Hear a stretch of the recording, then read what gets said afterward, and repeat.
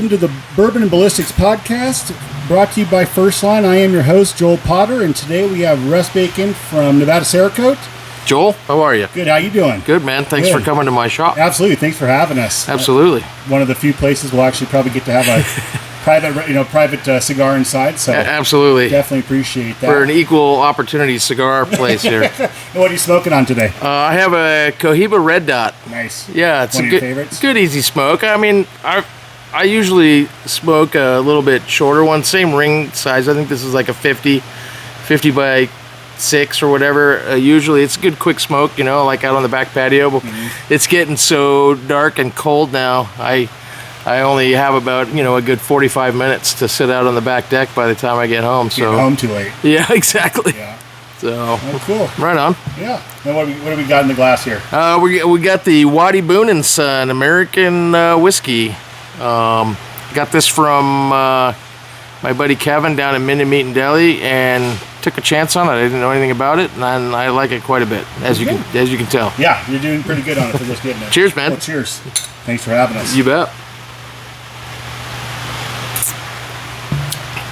Oh yeah, smooth. That is smooth. Yeah. That's not bad at all. Yeah, it's really good. Yeah, I can get some of that on my shelf for sure. First thing we'll do is we'll just kind of go, for the people that are listening to this right now, obviously they're all probably going to know who you are already, but can you just tell us a little bit about the company? Sure. And a little bit about yourself as well. Awesome. So I'm not a Nevada native. I moved here in 2006. I came all the way across from New England, Massachusetts specifically, and when I first moved here, and I had visited a couple times before, I knew this was home for me, and I always told everybody when I met them, I've always been a Nevadan, but I only found out in 2006. So this community has been tremendous, and when I first moved here, I came here for a job. Not specifically the job, but I had a job when I got here. And after about 4 or 5 years working at this small family company, I realized that if I ever wanted to really fulfill my hopes and dreams, I needed to be employed by myself. I needed to be self-employed. And so I got into the firearms business. I opened a small retail shop in town. It was called High Desert Guns, and we had some success. Of course, our success came at the top of about the top of a big peak. The year was 2011 when we opened our retail store, and shortly after that, a very unfortunate incident occurred. Sandy Hook. I'm sure everybody knows about that. And of course politicians got on their soapboxes and started to talk about taking everybody's guns away, and things exploded. We, as a small little mom and pop shop, we sold a tremendous number of firearms in the community, helping people exercise their Second Amendment rights for their own safety and the safety of others, and so on and so forth. So after about 2 or 3 years of unprecedented gun sales, things started to cool off a little bit, and at the same time, Sportsman's Warehouse moved into Carson City. One of the advantages that we had down here in the Carson Valley was there weren't too many places to go to buy a firearm, and some of them were, let's say, less than friendly to a new gun buyer. So that was really where we made our mark. A lot of new gun buyers were in the marketplace, and purely as enthusiasts getting into that industry, we were excited to help other people figure that out. So, but once Sportsman's opened up and the internet was really starting to figure out how to sell firearms online by the hundreds, if not thousands, at very low margins, it became abundantly clear that if we wanted to stay in this industry, we were going to have to find another niche, something else to kind of figure out how to make a living, basically.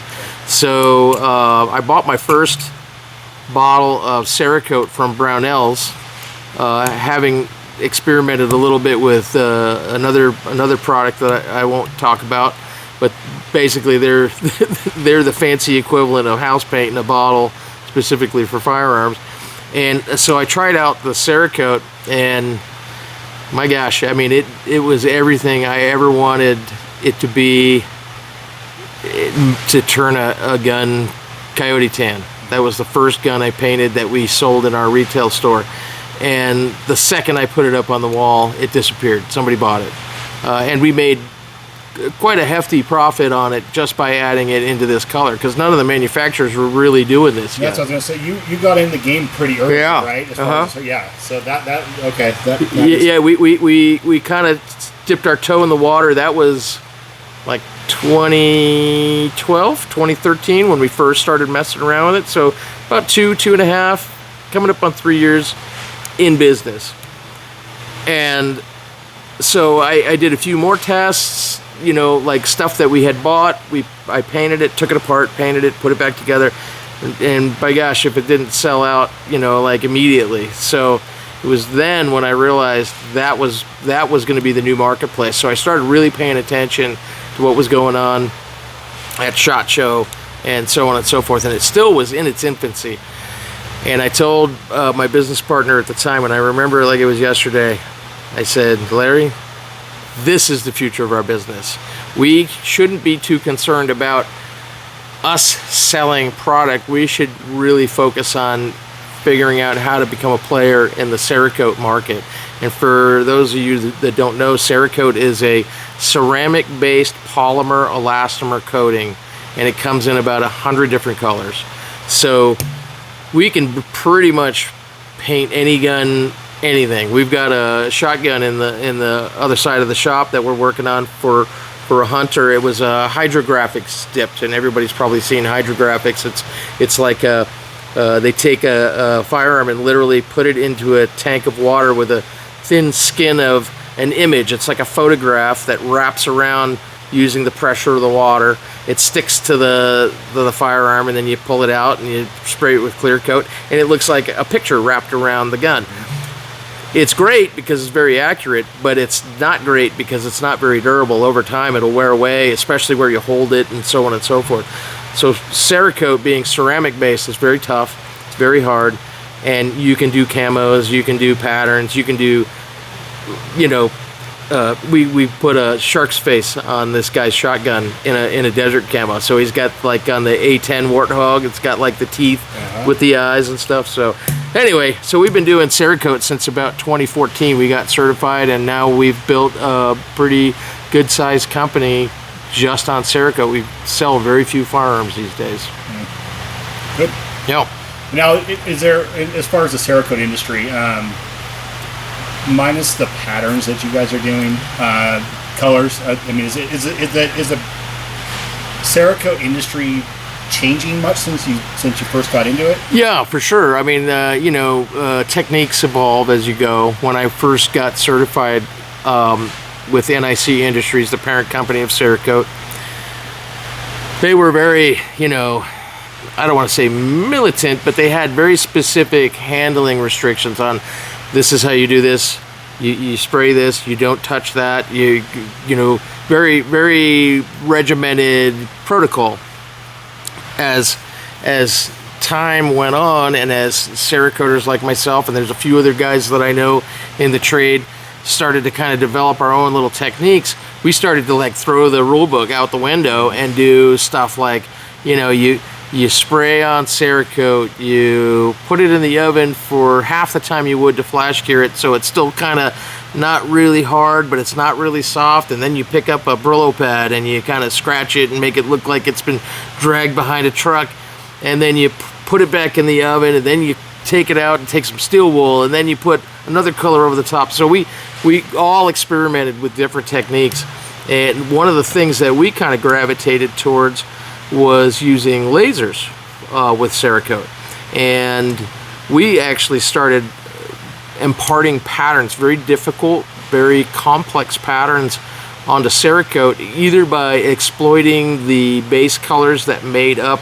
the color that was sprayed on. So, like, for instance, you know, there's three primary colors. You have say like like a coyote tan. Well, there's no such thing as coyote tan in the natural color wheel.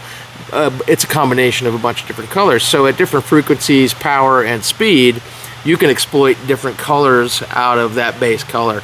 In addition to layering colors, and you have to be, there's a little bit of a secret sauce there with regards to getting different colors that wouldn't exist together in another color out. And so we've had a lot of success with doing very intricate laser pattern Cerakote stuff, and it's in demand, and we have some really good big customers that come to us for that. Say, who are some of your clients working? Where can we see your work? We're doing work with I think Aero Precision is probably one of the bigger ones. They're known for really high quality AR components. They don't build rifles, but they build components, and then it's kind of like the erector set for us adults. We can go and buy the parts we want and put them together, and they do a monthly builder set where they have a Cerakote shop, and there's probably about 4 or 5 or 6 shops that do regular work for them. We've been doing work for them since 2017, and we've evolved from exclusively the traditional method by laying down a stencil over the top of a color, spraying another color, flash curing that, laying another color, so on and so forth, to almost doing everything exclusively by laser, with the exception of the set right behind me here. This one's done more traditionally. So pattern's pretty intense, though. A lot of work there, a lot of touch labor. Yeah, the prep is pretty much the same no matter what method you use. Either the traditional stencil method or the laser method. So you have to start with a clean slate. Like we ultrasonic clean, we put it in the oven to gas it out to make sure there's no oils or anything in the nooks and crannies before it even goes into the blasting system. And then once it goes into the blasting system, it comes out ready to paint. We agitate the surface so that the Cerakote will bond to it well, and it's the key to any good job. It's always the prep that's really the most important part. Aero Precision, Stag Arms, Bushmaster, Polymer 80. We've done work for Brownells. We've done work for another company, Sword International. We don't do much with them anymore. Who else? I'm sure I'm missing a few. Even non-traditional firearm companies. We do work with a local company that makes motorcycle sprockets, dirt tricks. They have a really unique product. Their sprockets are made for dirt bikes. They're made from hardened steel, whereas most sprockets are made out of aluminum. So they last a long time, but they rust. So they come to us for the Elite Series Cerakote that goes on and prevents it from rusting. And it's very durable and hard, and does a good job for them, so they keep coming back. Knife company up in Carson City, or not Carson, Reno, Town Cutler. They have a line that they call their blue line, and we put a gray color on it, which is kind of a bluish slatish color. It goes well with their blue grips that they have. So there's all kinds of applications for it. I'm trying to think of who else we've done business with that's notable. Golly, I'm at a loss right now. Those are our main. Oh, Franklin. Of course. They're local. Yep, We've done work with Smoke Composites. They're local. I'm sure I'm missing somebody. Anyway, there's always new ones. We're talking to a couple of big name companies I'm not at liberty to discuss right now, but next time on those ones. Yes. Yeah. Well, our next discussion will include their names. Good. Yeah. And then you guys also kind of transition. High Desert, you kind of sunsetted. Yeah, what happened with the rise of sector? Well, High Desert Guns was a pretty nice shop locally. As far as a mom and pop shop went, we put a lot of time and effort into creating a friendly family environment. We spent more money on our furniture, fixture, and equipment than we did on our inventory. So when we first started out, we spent our entire wad on shelving and lighting and prepping the inside of the shop. it was really, really nice. I wanted to have the Cabela's experience or the Sportsman's experience, but in a mom and pop shop. And by the time we got done, we had very little money to buy inventory. So as it would go, our personal collections went up for sale. And, you know, Yeah. I mean, aside from a few can't sells, but, you know, yeah, it was a lesson learned. You know, big eyes, small wallet kind of a scenario.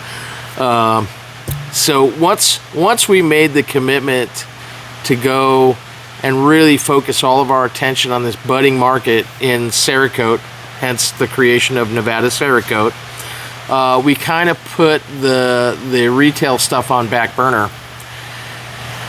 We always did a little bit here and there, and for a spell, actually, for a good spell, especially during COVID, we had no retail sales to speak of, and we were just so busy with the Cerakote thing, and it just exploded overnight. I mean, year on year, we were growing faster than we could manage, and so we did move 2 more times in that period. And it's hard to move a retail outlet a couple of times while you're doing that, and especially where literally you have to pack up everything you got, move into your new space, and get set up to get back to work. Yeah. So it kind of put the retail stuff on the back burner. And then when we decided to reopen our retail, we also thought it would be important to kind of modify the name. Not that there was any bad stigma attached to the previous name. It was just we wanted a fresh start with it, and we thought rebranding it a little bit and kind of doing the handhold thing between Nevada Cerakote. So we decided to, it was still the same corporate structure and everything, we just changed the DBA to Section Defense. Gotcha. And it was more of a play on words for SecDef, which kind of rolls off the tongue. Yeah, So, that's fun. and then you can also start to incorporate a little bit of training, and you know, our logo went from a bull with horns to an eagle that had red, white, and blue wings. So, you know, it's still not a main focus. It's just more for us, to be honest with you. You know, How many people do you have employed here right now? we currently employ 5 guys, plus myself and my business partner Larry. So that was the other thing that was awesome about the Cerakote thing, the way that it turned out.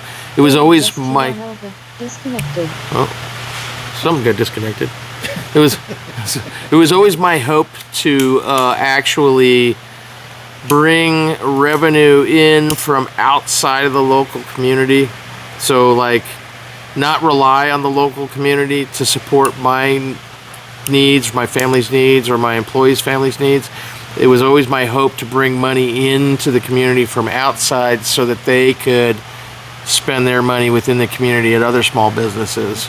And, you know, mission accomplished. I would say, you know, 94% of the revenue that's generated by our company, it all comes from outside of the local area or from other businesses that bring revenue in from outside of the local That's cool, area. yeah. And you know, you got pretty high, classy clientele at some point. I wouldn't say classy per se, Yeah. but we've got a couple of notable customers. One individual specifically lives in the valley, Steve Austin, from WWE fame, and he's a really good, you know, son of a bitch. He just got back from a deer hunt, so he's a sportsman. He likes riding his side-by-sides. He actually just won sportsman's class in the Vora, Virginia City to Tonopah race. He's really into that. We used to ride all the time. Now we don't ride anymore because, you know. No, he's kicked me to the curb. He's got his race crew now. So no, I'm just kidding. He seems like a great dude. Yeah, he'd go out and ride it in a heartbeat. He was just here today, shoot the shit, showing us pictures of his you know, his harvest, and he's very, very excited about that. He's a true gentleman in that regard, and, you know, believes in our ballistics and He likes bourbon every once in a while. He's more of a margarita guy. He likes tequila more, and then you can get his beer down at Meat and Deli too. He's got a big display down there, and if you're lucky, every once in a while you might even find him down there on a Friday afternoon. He's in town. It's neat seeing through social media somebody will run into him, and he just seems like a real personable guy. Very. Haven't got to meet him, but he's definitely not what I would have expected, and not I guess for a celebrity, but to come here, it's not like he has any problems going out and security detail or anything like that. No, nothing like that. He's very cool, and it's almost like he's been around since the beginning. Yeah, well, I mean, he came from humble beginnings. I mean, just like a lot of those. I mean, no, I shouldn't say a lot of people like that, but he hadn't forgotten where he came from. So I've been to breakfast with him before, and on our way out the door, somebody stops him and says, "Oh, hey, Stone Cold, can I get a picture?" "Oh, sure." And then he'll take the time to actually relate to that person a little bit and tell them a little story or something. Like, I've seen it more than once, and I'm like, I ask him, I'm like, "Hey man, does that bother you?" Like, he goes, "No man." He goes, I am where I am today because of people like that. And he goes, "I never forget where I come from." And I'm like, "Good on you, man. That's why we hang out." Yeah. So, but yeah, he's super good dude. Good. Yeah. And he was with the SecDef. For those of you who don't know, that Russ ended up being one of our first distributors, dealers, wholesalers, and it was neat at some point when Steve Austin, ends up buying a couple of the targets and sees some videos out there of him shooting them. It was very surreal. It was really neat for us, and he loves them. It was cool. Yeah, he loves them. He's got a patch of land where he can set up his targets, leave them static, and he just goes out. He'll spend. I mean, it's a good drive for him from home, probably an hour and 20 minutes. Yeah. He just likes going out there. He brings a lunch, brings a couple of his beers, sets up his stuff. He's got a little shooting bench out there, and he's got his targets out at different distances, and he'll sit out there for hours plinking away. Yeah. So, disconnect for a little bit. And, yeah. Well, cool. He likes a simple life now, Right. He's pretty. Of course, when it's go time, he goes on what's called his program, where he doesn't drink any beer. He doesn't drink any tequila. I still think he slips one in every once in a while. But make up for it when and then he's got he goes and does a thing like TV commercial or whatever. He had that show recently, so he was. Like I said, he's still staying really busy. Yeah, he stays busy. So. Talking, while we're on the subject of side-by-sides, we don't see you on. It's too busy. Dude, I haven't. It's horrible. I haven't taken my side-by-side out once this year. Oh. It's right over there, the back of the shop. I even hate to admit it had a broken rim from last season, and I just never had time to deal with it. It was holding there, so I'm like, I'll let it sit. And then I had scheduled a trip to Utah end of September, and I just had so much going on and a new opportunity that I still can't talk about, but it's looking pretty good. And I had to close that deal and get us set up, and I just made the choice not to go on vacation and go on that Utah trip, and I know I'll probably look back on it and regret it, but at the same time, if things work out the way I hope they will with this deal and the reason why I stayed behind, maybe it won't matter that much at all. But yeah, I am bummed that I have not been out yet this year. There's still plenty of time. I know. It's just starting to get good now. Yeah, for sure. Get a little bit of rain or snow and kind of wet it down. But I think this weekend we're supposed to see some rain. Yeah. And then we're supposed to be in the mid 50s, which is perfect riding weather as far as I'm concerned. Yeah. Put a couple layers on. Those Kawasaki's get hot in the cockpit anyway, so it's actually perfect. If it's too hot, I can't deal with it. Summer rides are brutal. I mean, just dusty. Oh yeah, it's horrible. Yeah, I mean it's hard, and especially for us, it's there's a very short window where between me, my wife, and my kids, when everybody's content going up, and going out for a ride, and so we're getting into that time. before it gets too cold, and you can actually put an extra layer on and go out for a little while. Yeah, they just peel off as the day gets warmer. Yep. What do you got a 4-seater? They do. Yeah. What do you rent? The Maverick X3. Oh, those are nice. Yeah, it's fun. Like Darren's old one. Oh, right. Yeah. Dirt limo. Yeah. That's what old limo, yeah. I always tease him. That poor guy. Somebody bought it locally, and apparently that person, Darren had it outfitted like amazing. It's a good looking car, yeah. And then the person who bought it apparently put another, as it goes with those things, another 15 grand into it. And I'm like, how is that even possible? Right. Aside from putting 33s and a aftermarket roll cage on mine and a radio, I don't think I did anything else to mine. So there's for me, it's we had, before we got the Can-Am, we had a Honda Pioneer. And it was cool. It was versatile in both senses. We could use it in the backyard, to drag it and all that stuff, and it did work when we were out there digging and whatever. But still, go on the trails. And then I went for a ride in Darren's, and it was like, I don't know, this is a lot cooler. Dirt limo, man. Yeah. The thing is just a beast. It is, and it's you get to the point where looking at, the new one's got more, but 195 horsepower on an 1,800-pound machine. It's pretty solid. Yeah. And it rips, and it's more than I need. Yeah. But it's nice to have it. And to be fair, that's part of the reason why I didn't get a turbo machine. I knew the kind of riding that I like to do is the more technical. Yeah. I wouldn't say rock crawling. I don't want to spend an hour going 100 feet. But I like the path less traveled, and sometimes, especially out in the pine nuts, you never know what you're going to find. And there are very few places where you can really open up a couple hundred horsepower and do 75 miles an hour. Yep. And you know what? Mine tops out at like 67, I think, with the Governor. If I got a tune and some different clutch weights, I could probably eke out, another 5 or 6 miles per hour. But I'm like, for how many times I hit that top speed, it's not even worth it for me. Yeah, out here you only have, a couple options where and still, when you're out on like a straightaway, and there's still going to be somebody out there, around a corner. It's not smart moving. And so you're absolutely right. There really isn't a lot. If you're on a closed circuit, closed course, and actually, racing the thing, it might make more sense. Yeah, for sure. You don't get to rip on that hard. No.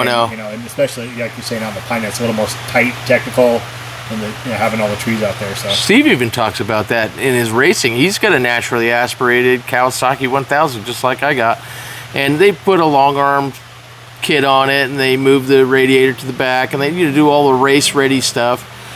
But he's like, on the straightaways, the turbo machines, take them over. But as soon as they hit the rough stuff, he's like, he just bombs right past them, and they're all like gingerly going through, and he's like, the thing is just amazing. Yeah. So to win the sportsman's class on a race like that, I don't even remember how many miles it was, maybe 350 miles or something like that.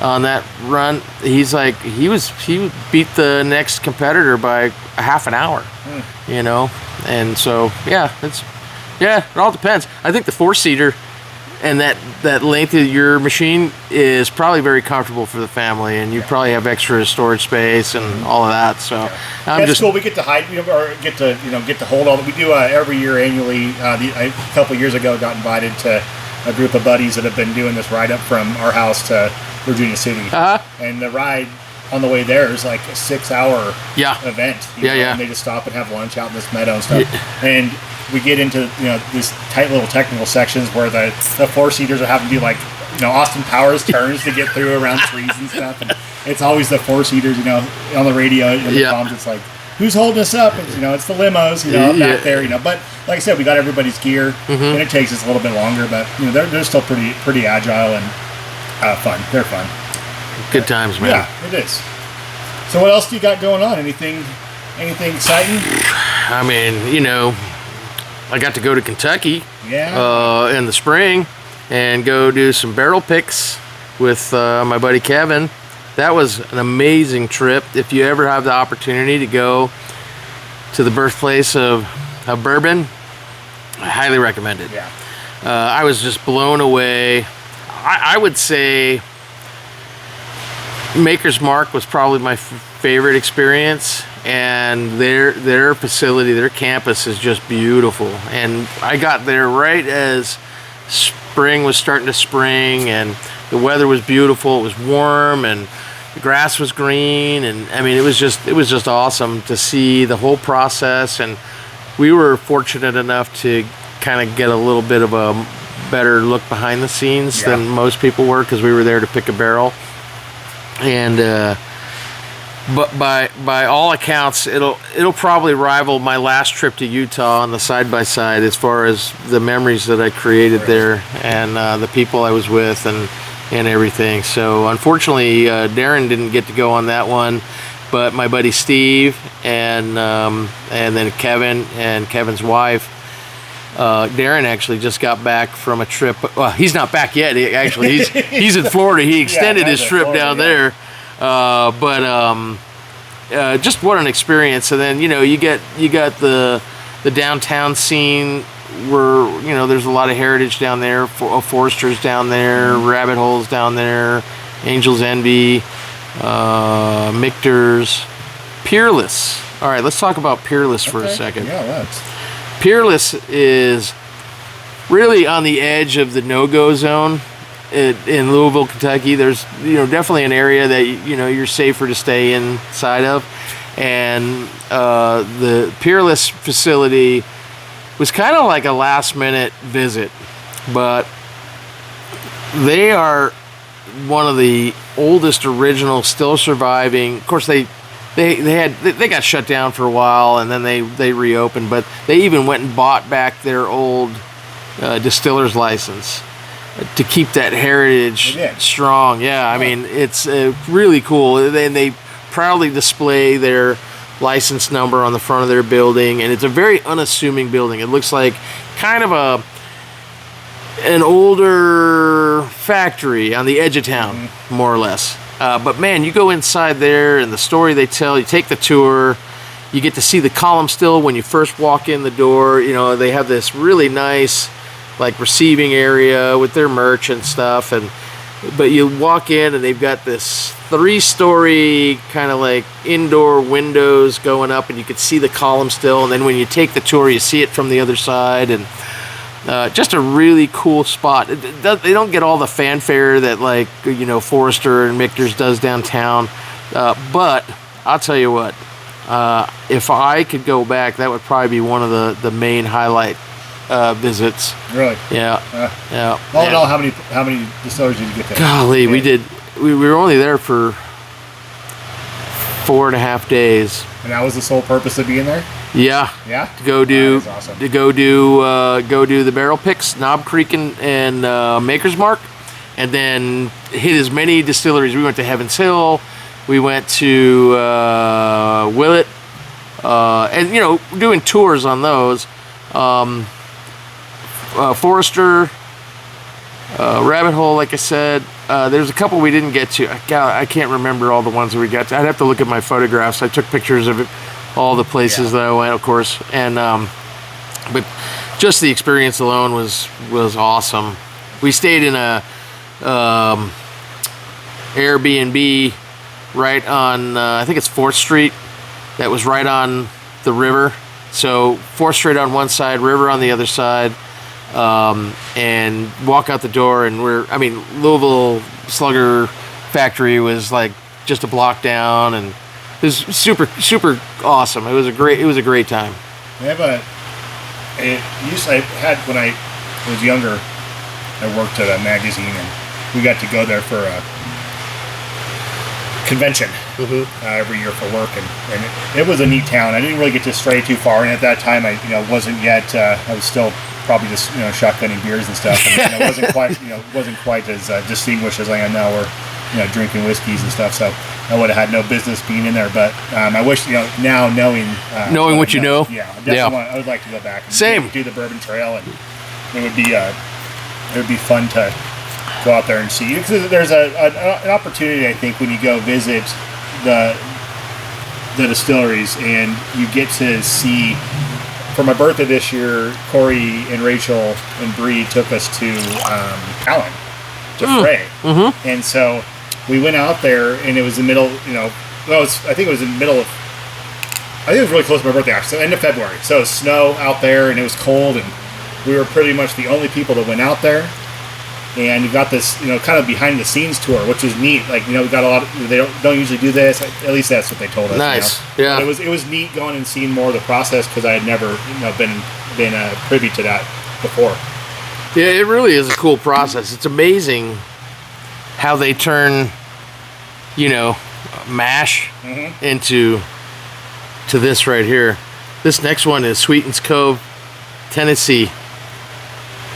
Blended bourbons. She's a hot one. 113 proof? Yeah, 112.9. Jeez. It's a good one, though. I got this bottle a while back. I haven't revisited it in a while. Here you go. Let me pour you some. Hey, your collection's a lot cooler than mine. Thank you. Well, it's good to have a friend like Kevin and a couple of my other friends kind of help me along. I'm still a novice.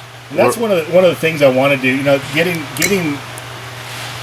in with people that actually have more of a distinguished palate and can really point you in the direction. Like, you like this, you're going to love it. Like going into a good cigar shop and you love this cigar. I'll tell you what, I got one that's even better than that. And it's always fun being with somebody that knows what they're talking about. Well, and it's funny too, because a lot of times we all know what we like, right? We know what tickles our fancy. Right. Like, I smell this, and the nose isn't overwhelming on this Sweetens Cove. It's got almost a little, almost underwhelming. Yeah. To me. Yeah, right. But then you swish it around and you look at the legs and you can see it cascade in the glint. Yeah, very viscous. And then I'm gonna take a sip of water, and then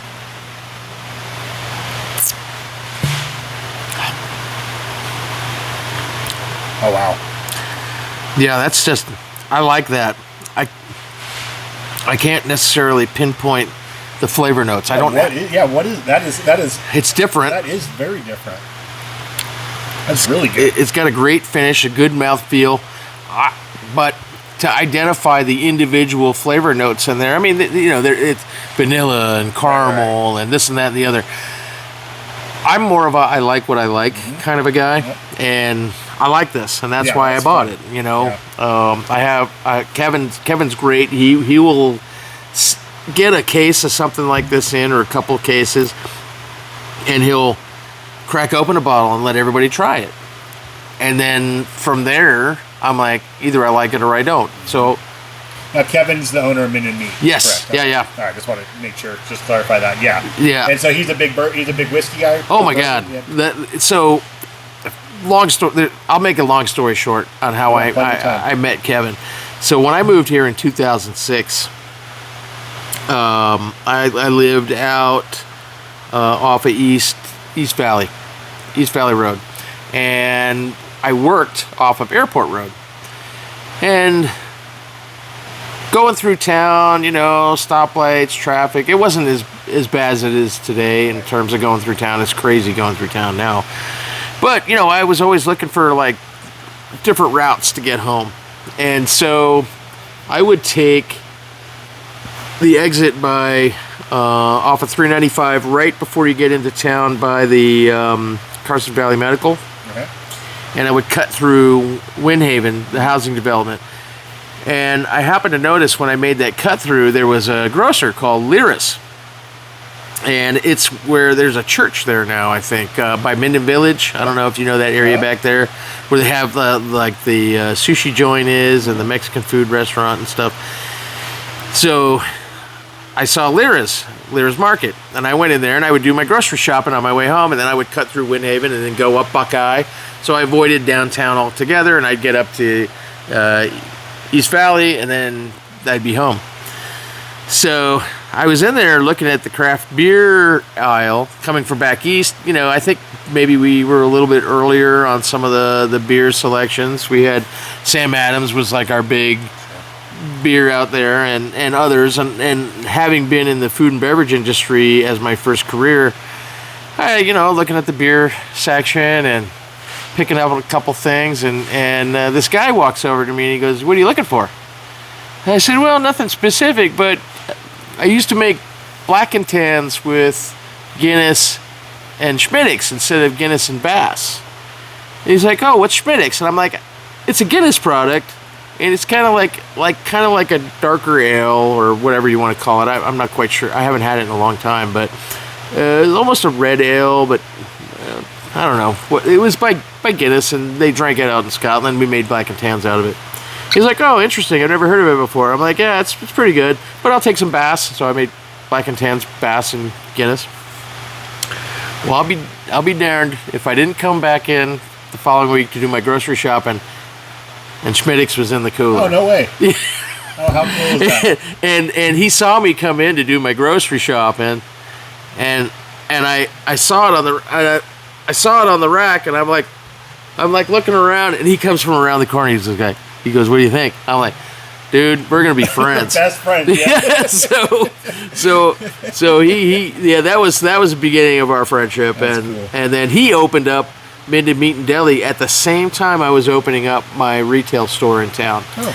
And literally was like 3 buildings down. So at the end of the day, after he opened up Minden Meat and Deli, I would go down and have a beer and hang out, and the rest is history. Now we're good friends, and matter of fact, I'm a member of the Mug Club down there, and I'm mug number 1. Yeah. Yeah. So I got a little bit of bragging right. Yeah, that's cool. His dad was mug number 1 forever. I was mug number 2, and then when his dad passed away, he offered me mug number 1, and I said, "No, man." His dad was a really, really good guy too. I knew Mike very well, and I said, "No, man, you should retire that number." He goes, "No, he'd want you to have it." That's so cool. I was like, right in the feels, Yeah. or whatever they call it. But yeah, so he's a super good guy. That's so cool. Our relationship started over beer, and now it's transcended into bourbon, among other things. His kids are great. I met them when they were brand new babies, and now they're 5 years old and growing like weeds. And so we do occasionally like stuff together. We all get together and have bourbon and cigars, and so it's just a good friendship. That's cool. Yeah, and so he's my bourbon mentor, and then He knows what he's talking yeah, and then so far he's back. He's doing it. oh, and he's on point. I mean, he doesn't mess around. This really is probably it's very distinguished, I think, from anything that I've tasted before. It's different. It's a blend. See, now he would be able to tell you who the distiller was and what's involved and what the mash bill is. And let's see, this is the second release, crafted by master blender Marianne Eves. It's a blend of Tennessee bourbons, so it's not Kentucky, and most people don't realize this. It doesn't have to be from Kentucky to be a bourbon. Correct. It's got a 4, 6, and 16 year aged combination, secretly discovered and now ready to be celebrated.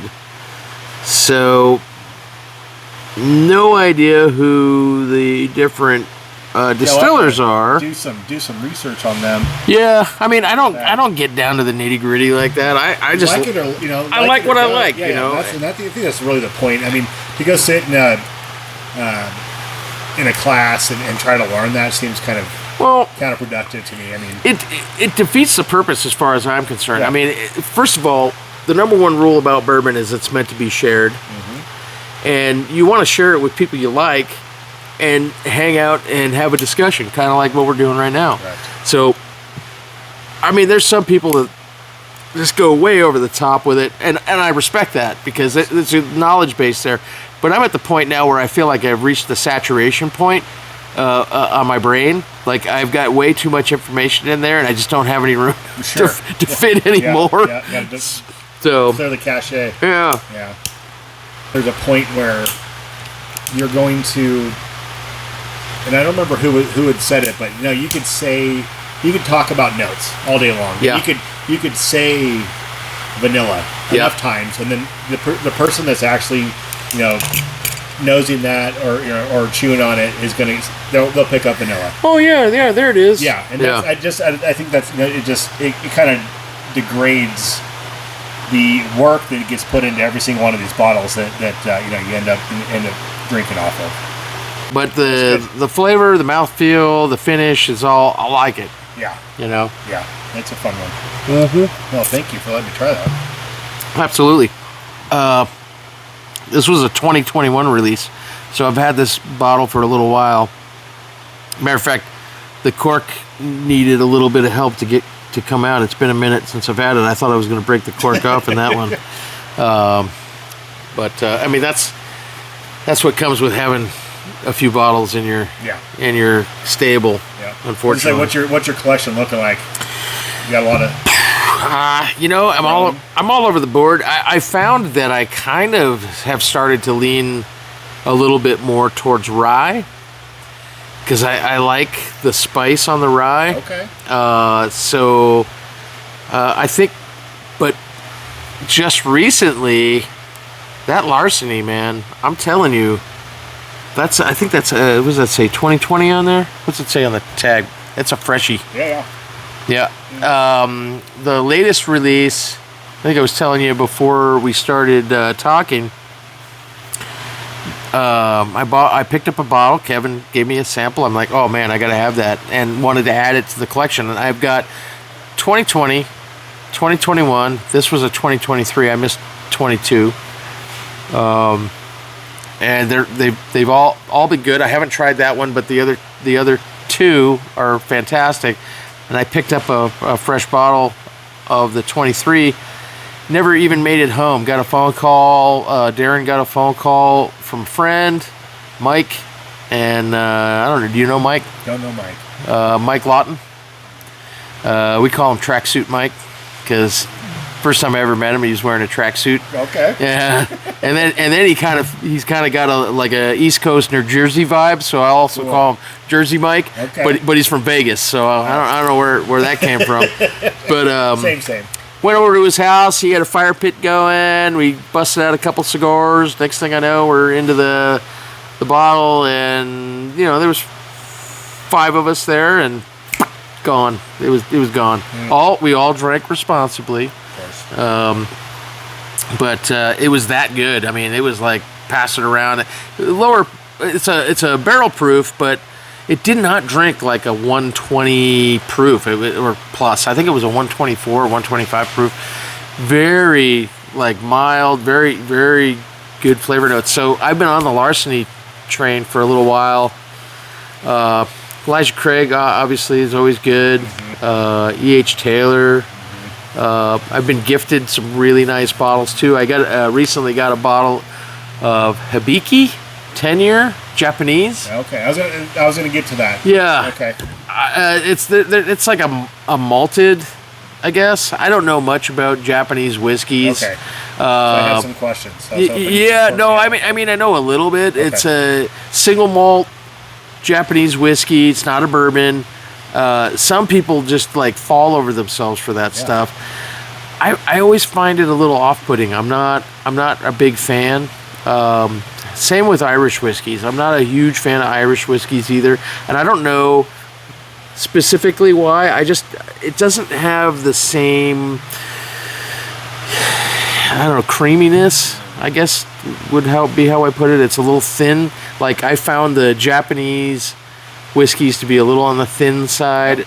It has a way more, it's almost like you can taste the natural ingredients. When I drink this Waddy Boone,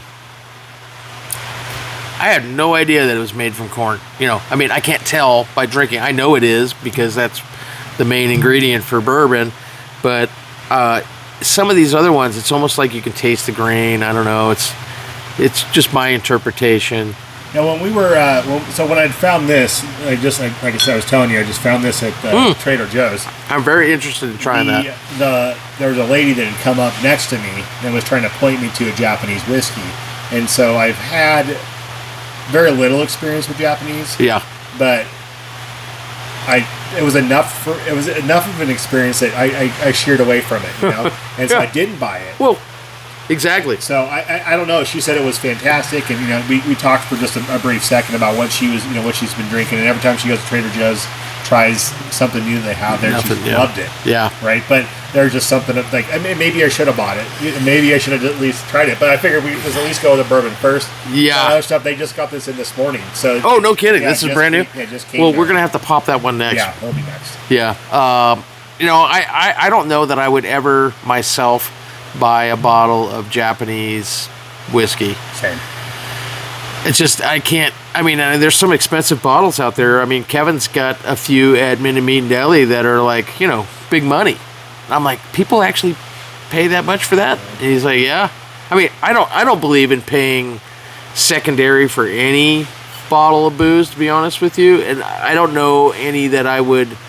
I mean, yeah. I mean, maybe a few bucks over to get something that's harder to find if it's really good and I enjoy it. Right. But I'd have to taste it first, you know what I mean? I'd have to. I can't just take it on your word. Like blends, perfect example. Mm-hmm. Thank you. Yep. People will spend crazy money to get a bottle of blends, 2, maybe 3x what it should go for. I have it. I have the luxury of getting it at a reasonable price, and it's okay. Yeah. But I don't know that I would spend top dollar for it. Yeah.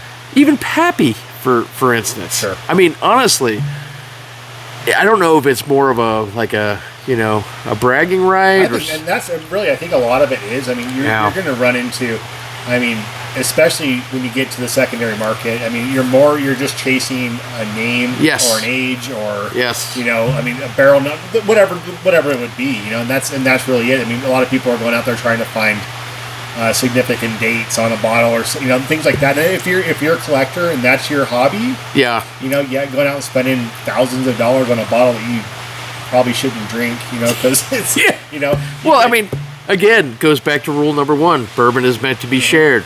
And how are you going to spend $1,200 on a bottle and then want to share it with all your friends and kill it in a night? I mean, that's fiscally irresponsible, in my opinion. Bad business, but that's not for me to decide. I honestly, I like what I like, and if it costs $50, I mean, one of my favorite pours, regular pour, just casual. Hey, you want a bourbon? Early Times. Yeah. And it's not expensive. No. And it's good. Yeah. And I think there's too many. Granted. Like, if it's your thing, now obviously I've probably got about 110 or 20 bottles to my collection. Good for you. Which is, very respectable in the bourbon collecting world. But I don't collect it because I want to have it in my collection. I collect it because I enjoy it and I want to share it with my friends. Sure. And I would say probably better than 30% of that collection was gifted to me by the same friends that I would share it with. And so, like, I would never go buy a bottle of Elmer T. Lee, but I had a bottle gifted to me. Yeah. I've purchased Booker's because it's notably a good bottle, or I like barrel picks of common stuff. Right. And by the way, have you ever been to the Rayleighs up off of 395 there by the Summit Mall? I have, yes. That's Rayleigh's number 1, by the way, oh. And they do a huge number of picks. Like, they are constantly picking barrels. They have probably the best selection of single barrel picks of any particular location that I've ever seen, readily available at reasonable prices. Really? Yeah, and I'm not. This isn't a plug for Rayleigh's. No. I don't shop at Rayleigh's for groceries. I think they're slightly overpriced for their groceries, but that's just me. Yeah. But their bourbon selection is amazing. Mm.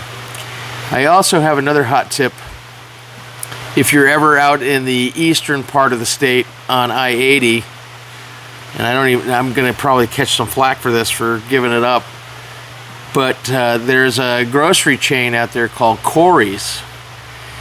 Do you know Corey's? I know Corey's. Okay. The Corey's, and I can't remember, it's the Winnemucca store, but it's not in Winnemucca. It's, what's that little enclave to the north town, something Springs, something, I forget what it's called. Outside of Winnemucca? North of Winnemucca, off of 80.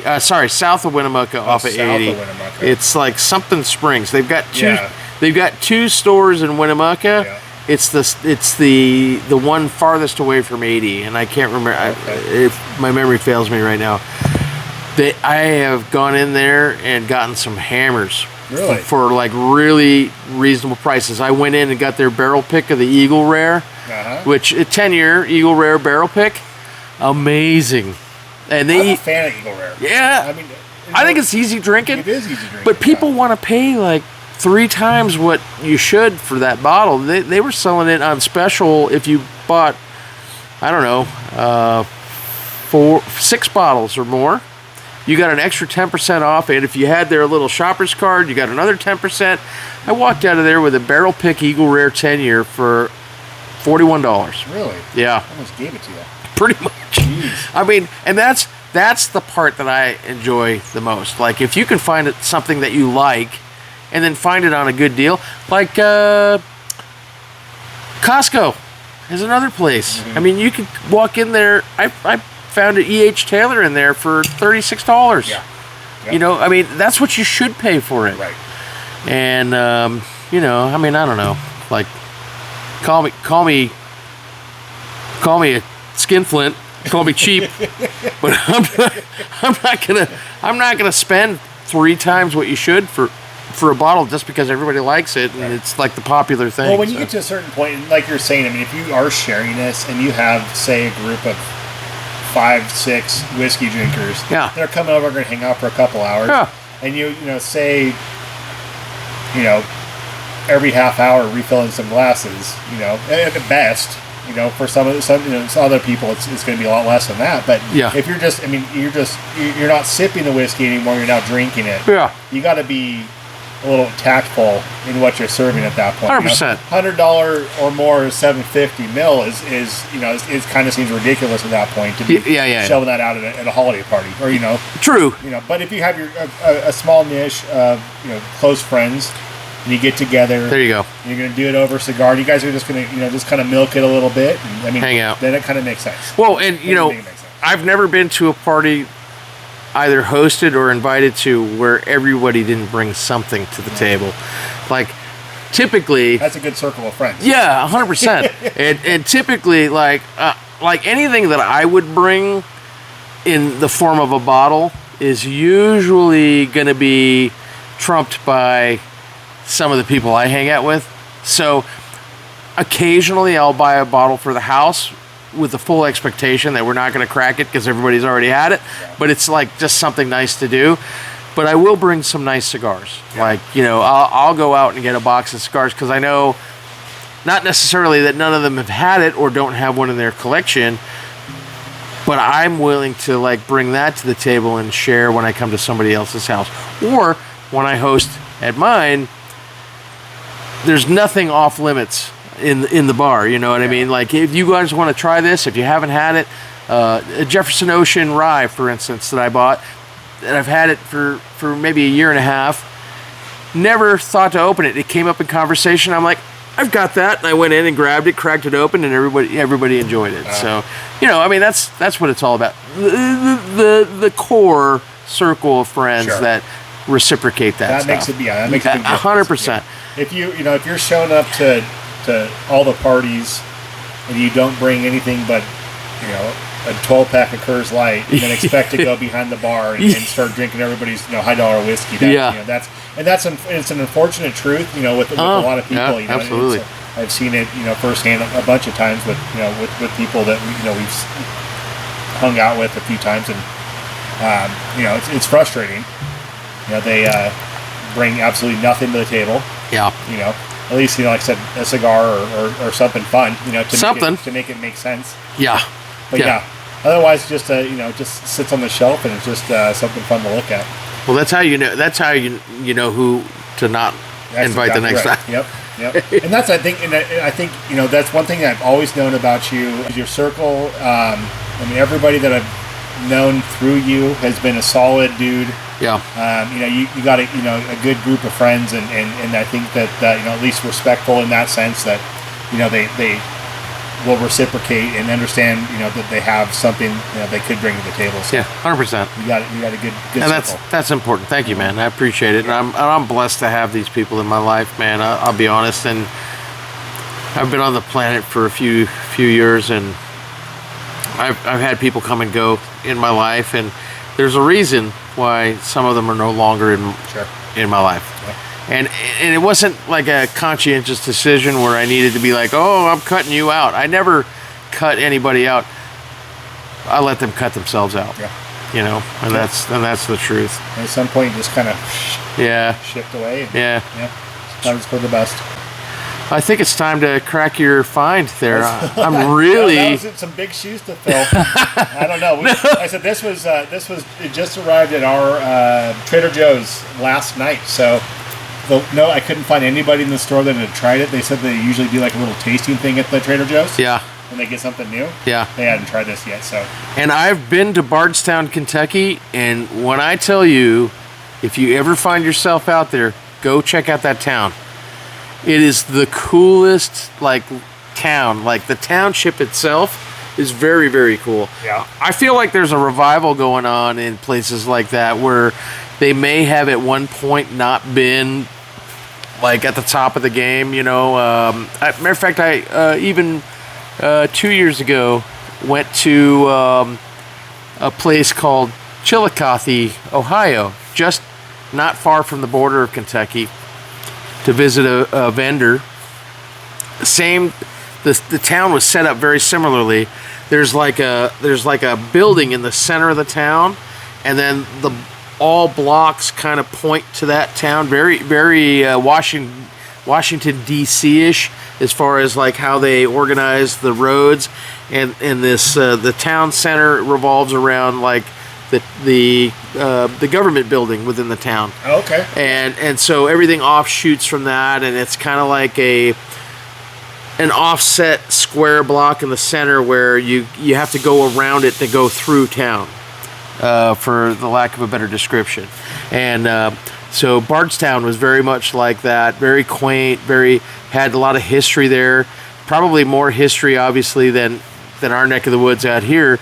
The history out here is very much on the surface because it hasn't been covered over yet. Right. Back there in the east, a lot of the history is very old, and there's been a revival in that history, and people are bringing it back to life. It'd probably been covered up or ignored for a period of time. So there's been a lot of effort in towns like that, especially with as popular as bourbon has gotten over the last 5 or 6 years or more, to kind of bring that back. So coffee shops and gift shops and small businesses are coming back into those smaller, forgotten towns in the middle of the Midwest to, actually not Midwest, I guess Louisville's in the Eastern time zone, so it's right on the cusp there. Yep.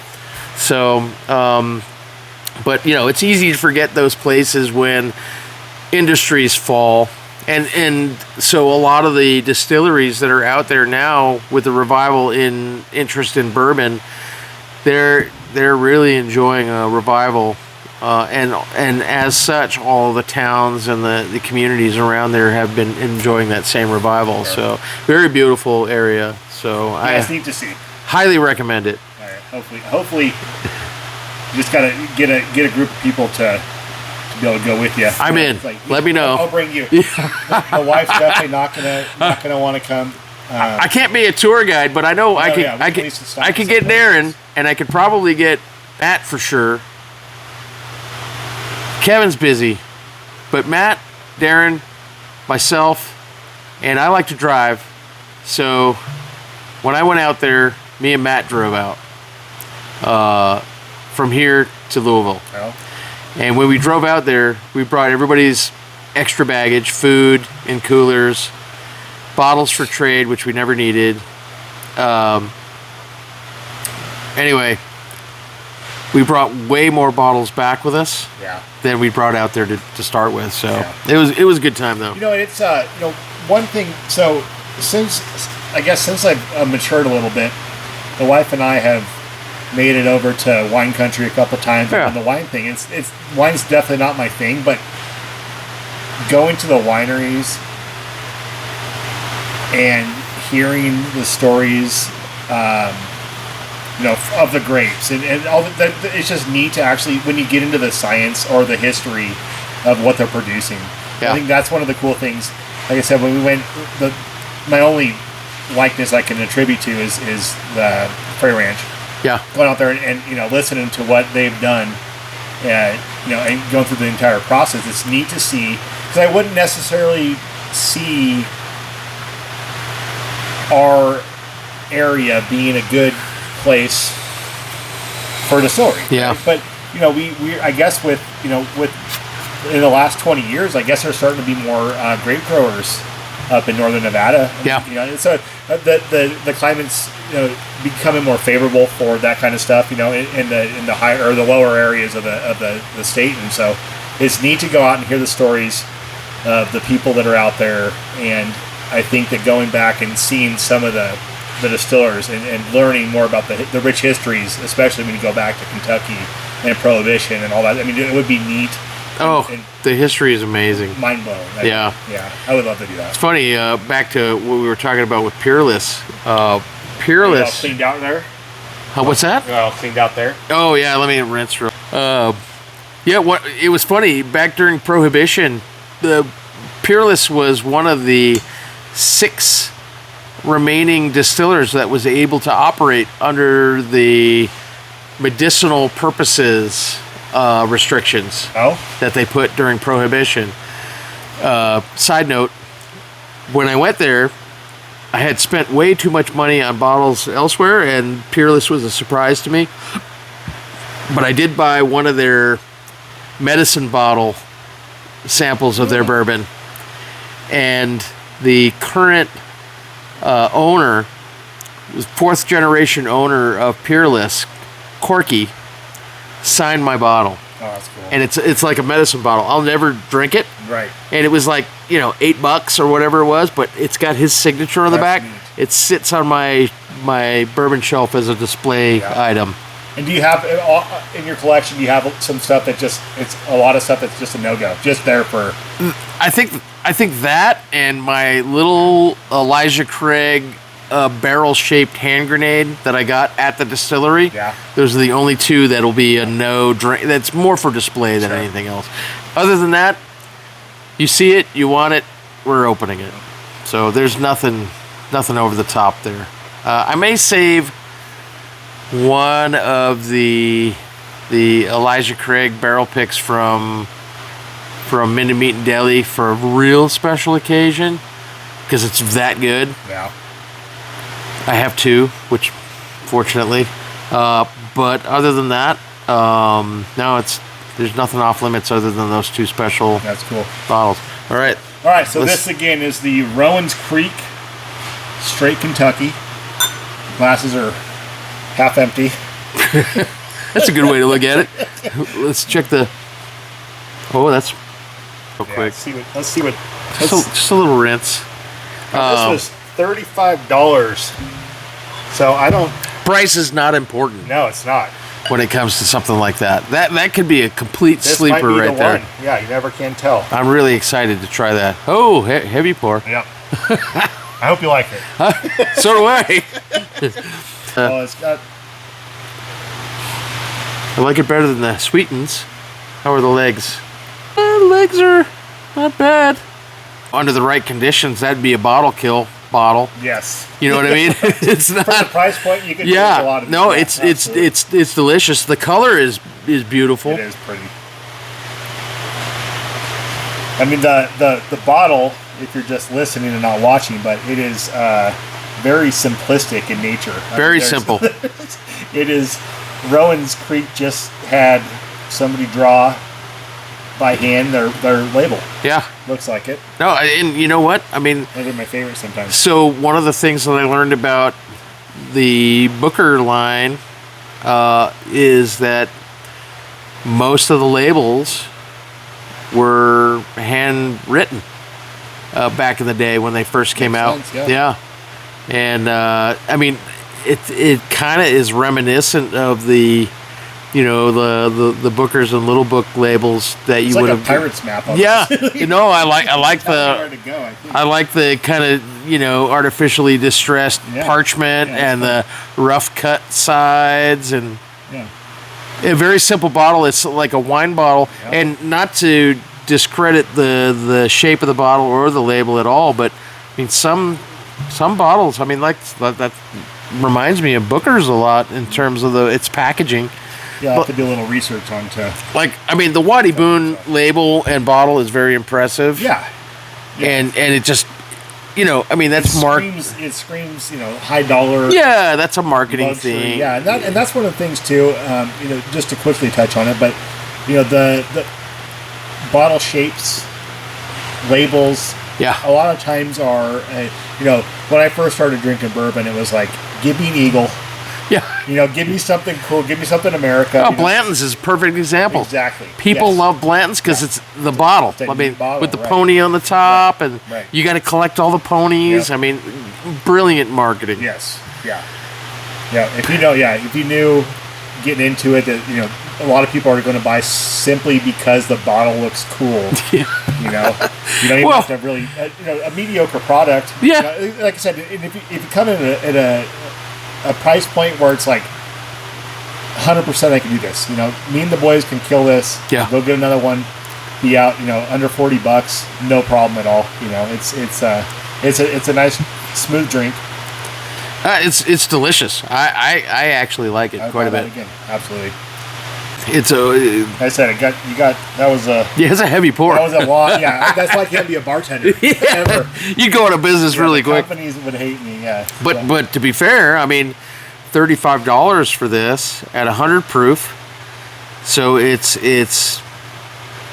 you know, got a higher proof than your average, you know, off the shelf garden variety bourbon. The taste is good. I really like the taste. Have you ever drank Oak and Eden? Yes. And what did you think? Like having the little oak, well, I don't know what you'd even call it, but the little oak piece in there that, you know. I mean, the that's dip in there. again, that's a marketing It is thing. marketing, but- You know, it's kind of like the worm in the, you know, the tequila kind of a thing.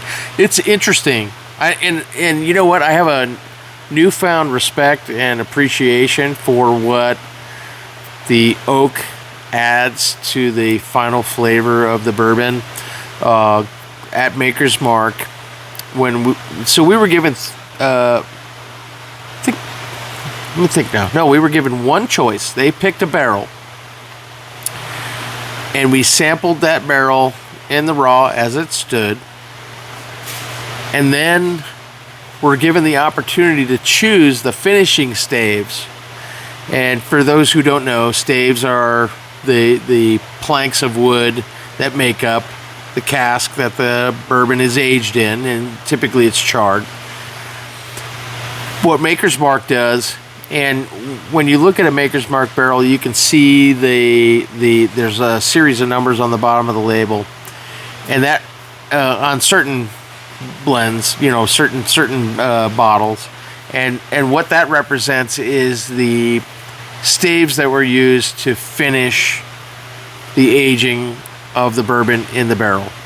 So when you pick a barrel with Makers, what you're doing is actually picking the combination of the staves, and they've got French oak, they've got Mondant, they've got number 46 oak, and basically what they do is, based on those 10 staves, you put them in the barrel to finish out the bourbon, and that's what gives it the flavor. The sugars in the oak, and so on and so forth. So you have oak that comes in from different regions of the world, and blah blah blah. The barrel imparts a lot of the flavor, the level of char, where the oak was harvested, how long it sat, so on and so forth. So and that's where the color comes from too. It's the charring of the inside of the oak, the sugars that, through expansion and contraction during different seasonal changes in temperature and humidity. So the same distilled batch that's on the ground floor of the rickhouse versus the upper deck of the rickhouse can vary greatly, because the hotter it gets at the top, the more expansion and contraction that occurs through the seasons and so on and so forth.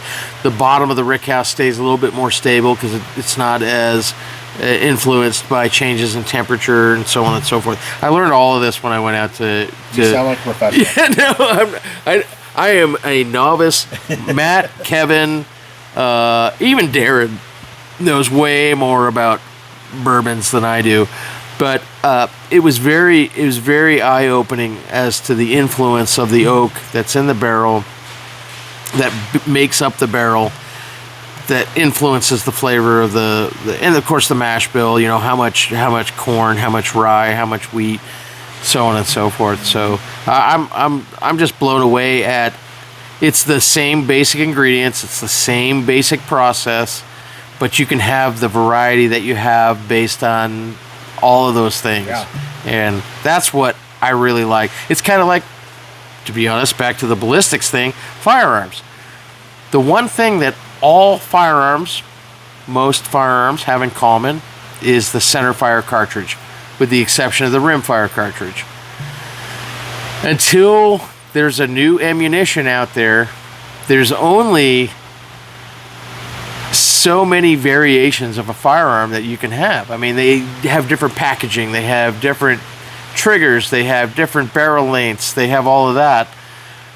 But for the most part, it's all comes down to the cartridge. Mm-hmm. And that's what makes them, that's the common thread between all of them. You're looking at it, I mean, at that point, you're basically getting down to personal preference. Mm-hmm. Does it feel 100%. good?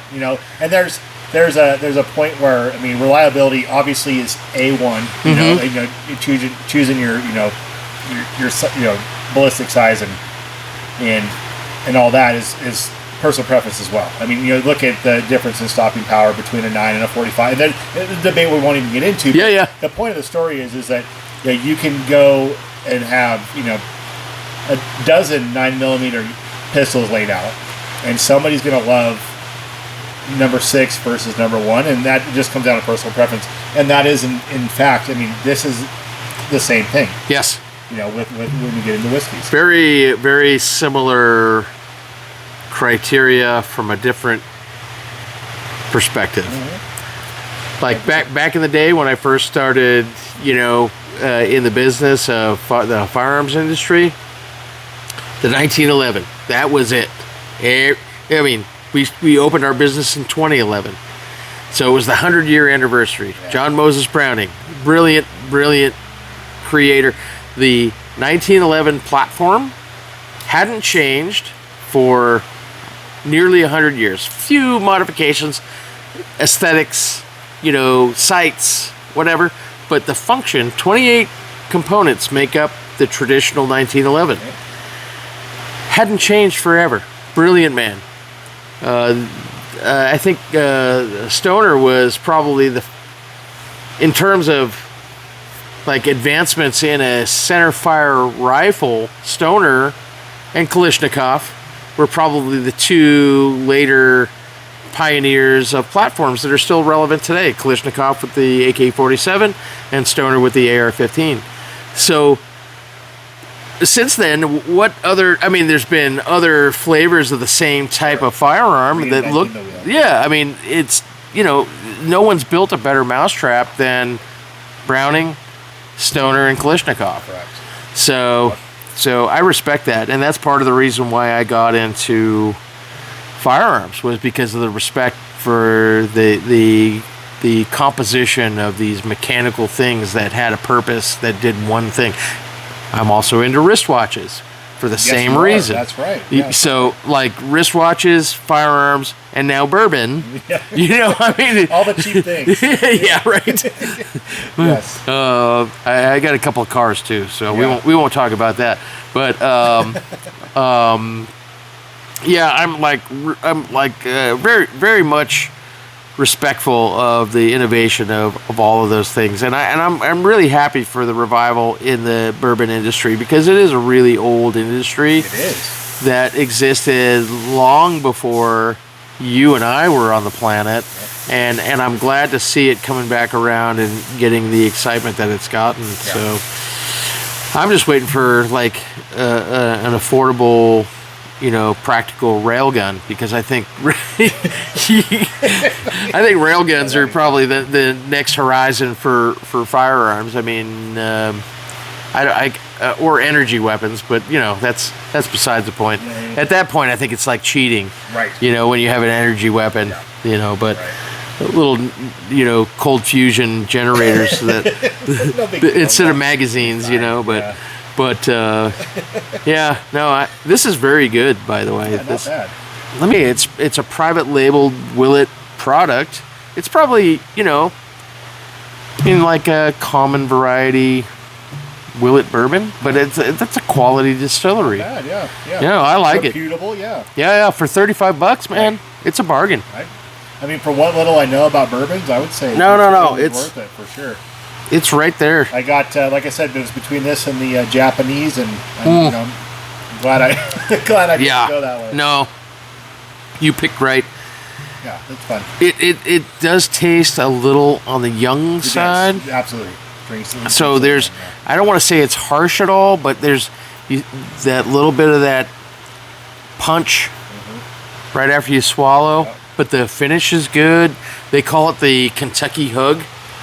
Inside, once it goes down to your esophagus, into your stomach, that little bit of that warmth that you feel, it's very, very, very drinkable. And matter of fact, and I don't see anything on here that says Trader Joe's, by the way. Nope.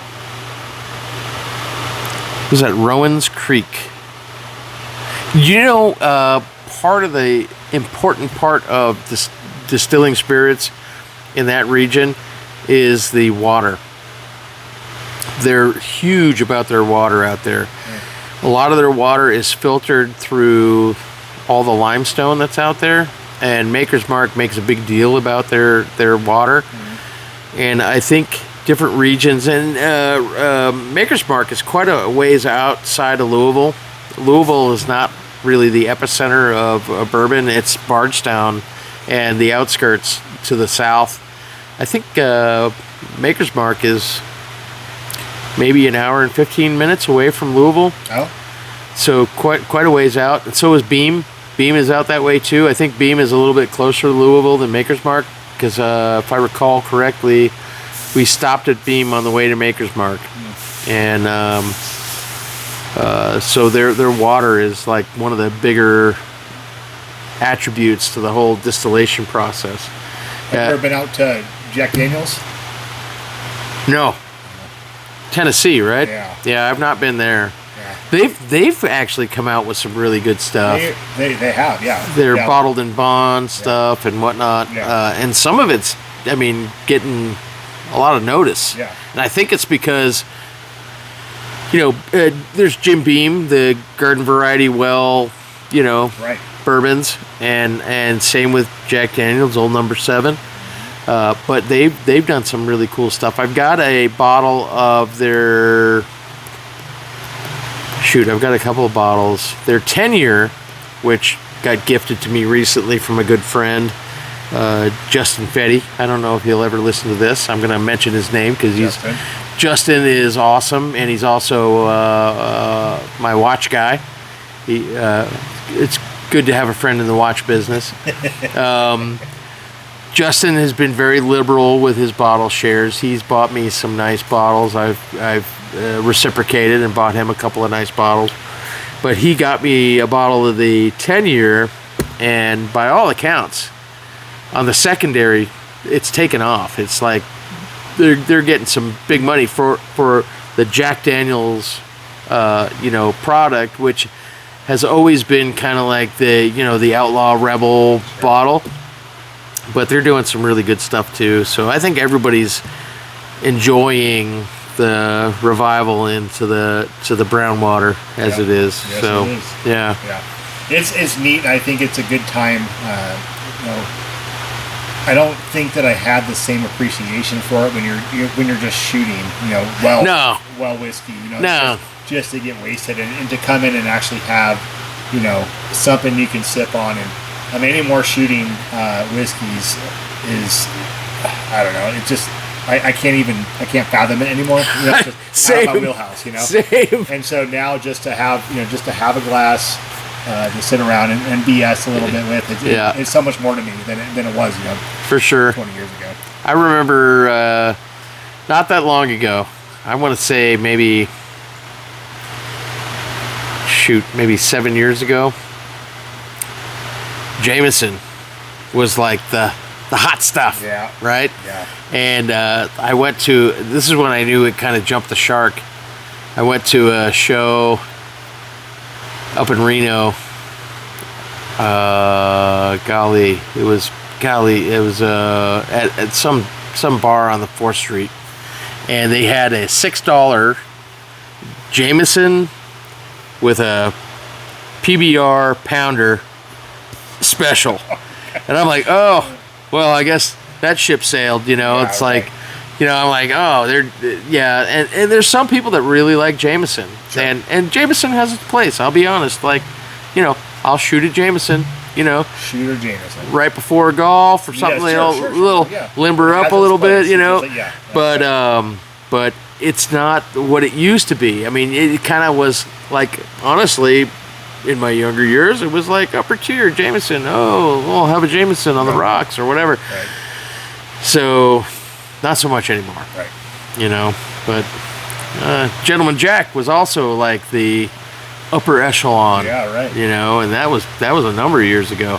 Now I couldn't imagine.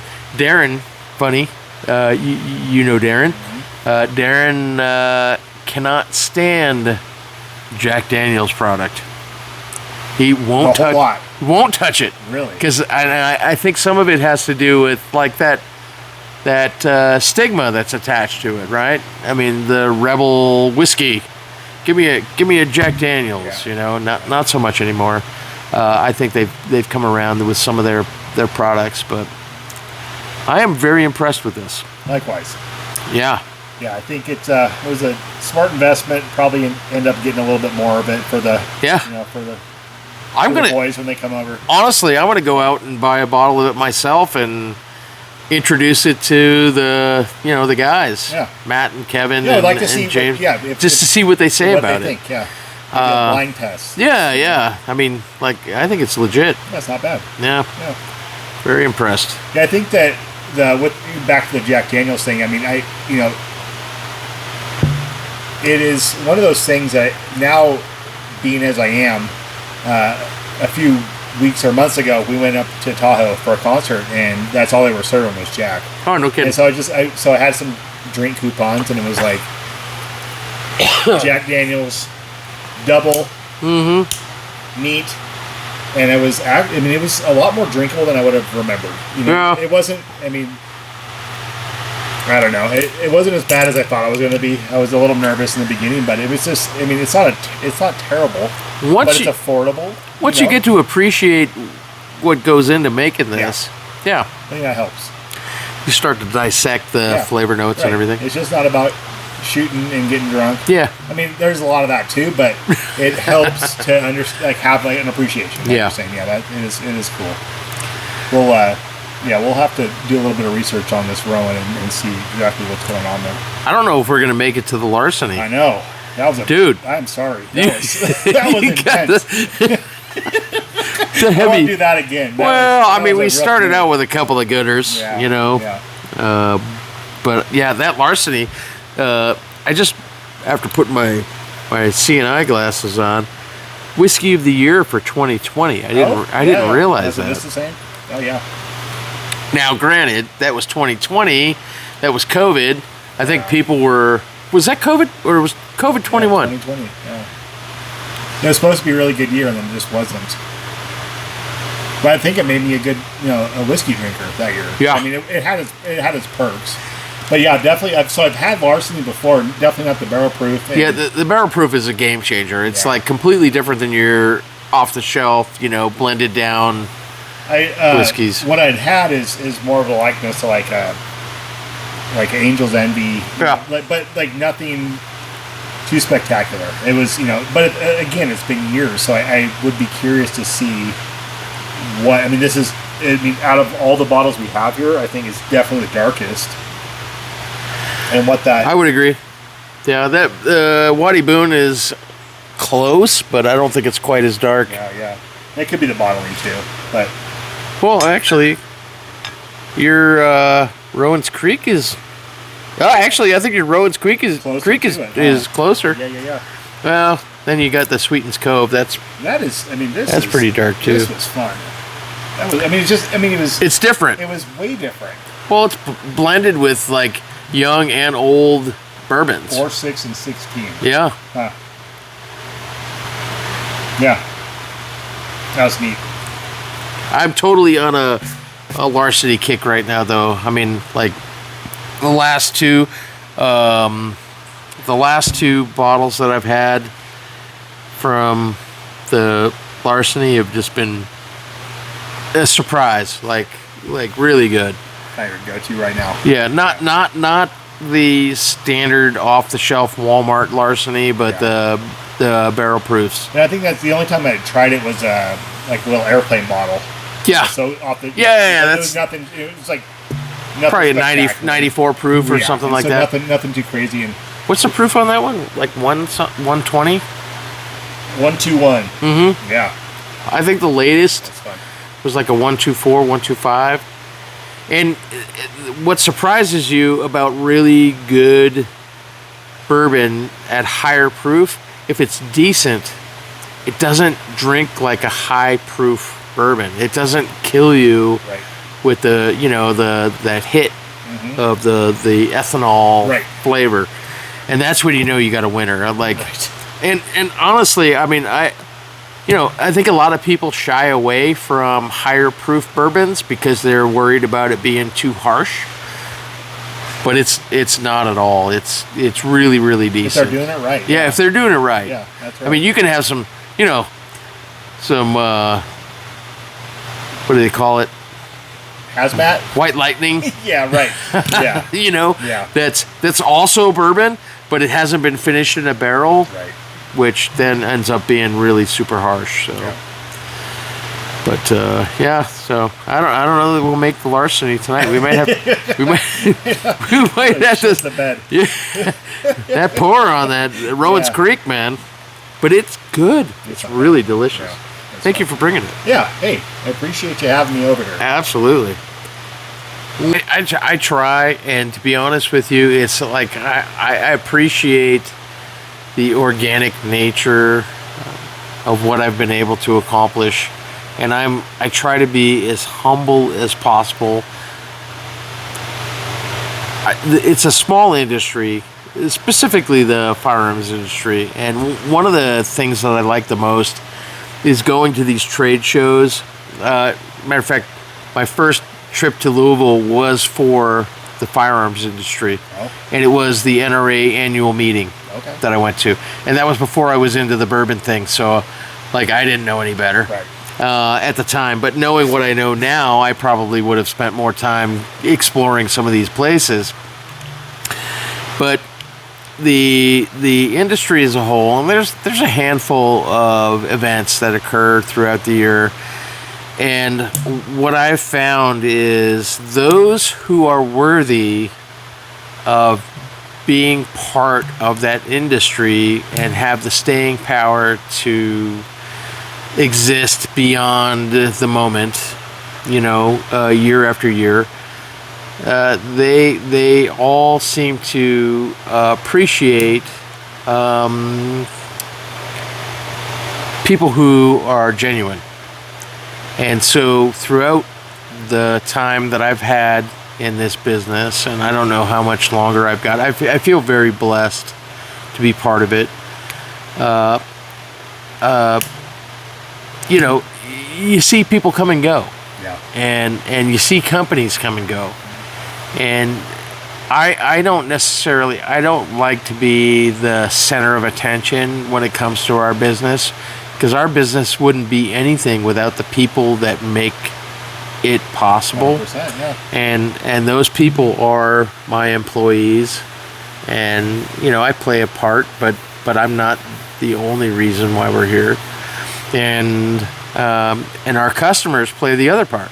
And so, you know, as a whole, it's like a team effort. Yeah. And I treat my friendships and my circle of people that I associate with the same way.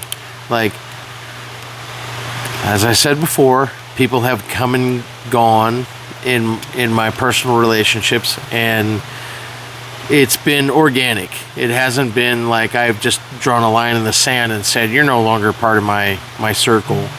And you know, it's kind of like, you know, Darren speaks very highly of you, and he values you as a friend and a relationship. And as such, because I value Darren's friendship, you know, I value yours. And while we haven't necessarily socialized on a very regular basis, I've known you for a while. For a while, yeah.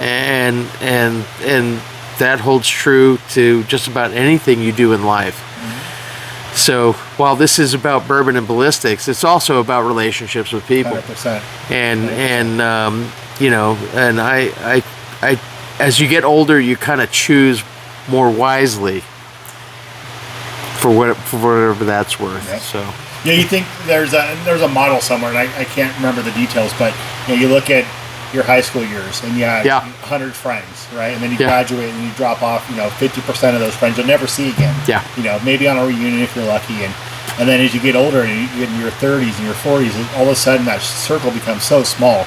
But those friendships are so much more important than those 100 people that you had in high school. 100%. I mean, while it is important to point out that, you know, maybe because I don't talk to those people anymore, that it's not important, but just we went our separate ways and all that stuff. They found different paths, and when I run into them at an event, it's amazing. But yeah, you find like-minded folks, and I think what you've done a good job at is finding people in the industry and outside of it as well, but that are, you know, they're true to themselves and true to the people around them, and that's really, like I said, why I wanted to, you know, really, you know, just kind of have this moment to, you know, talk with you for a little bit, because you're living a substantial life and you're making a big difference, and those people that you have around you are definitely solid folk, and that's something to be said about your character. Thank you, man. I appreciate that. They all play a part. I'm like, I am the sum of all my parts. Mm-hmm. You know, and all my parts exist beyond me. Yep. And that's where it's at. That's important. We can get very philosophical on this point. We can do that next. A little less of this. And like I said, that was heavy pour. If you didn't see it, it was ambitious.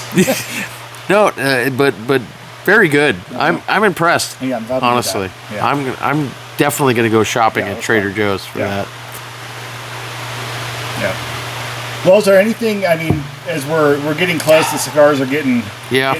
Getting down. I'm sure you know you've got things to do, but is there anything else you want to let the folks know about Nevada Cerakote or SecDef that we need to know before we sign off? Well, I will say this: the business that I have put together, again, couldn't be made possible without the support of my people, and it's the culmination of all of the effort and talent and commitment of my people that make it possible. I'm blessed again to have the friends that I have and the associations that I have, And if there's one thing that I could recommend to anybody, it's you get out of life what you put into it, and be it your friendships outside of your regular vocation or within. And I appreciate opportunities like this to be able to kind of have a moment to talk about what I do. And I try to be as humble as possible and say that it's insignificant in the world of things that are going on, but as long as you understand that you're responsible for your own destiny and you can make things happen for yourself, as long as you're a good person and stay true to your beliefs and whatnot, you'll get the rewards eventually. I always used to think that, like, nice guys finish last, but I don't believe that anymore.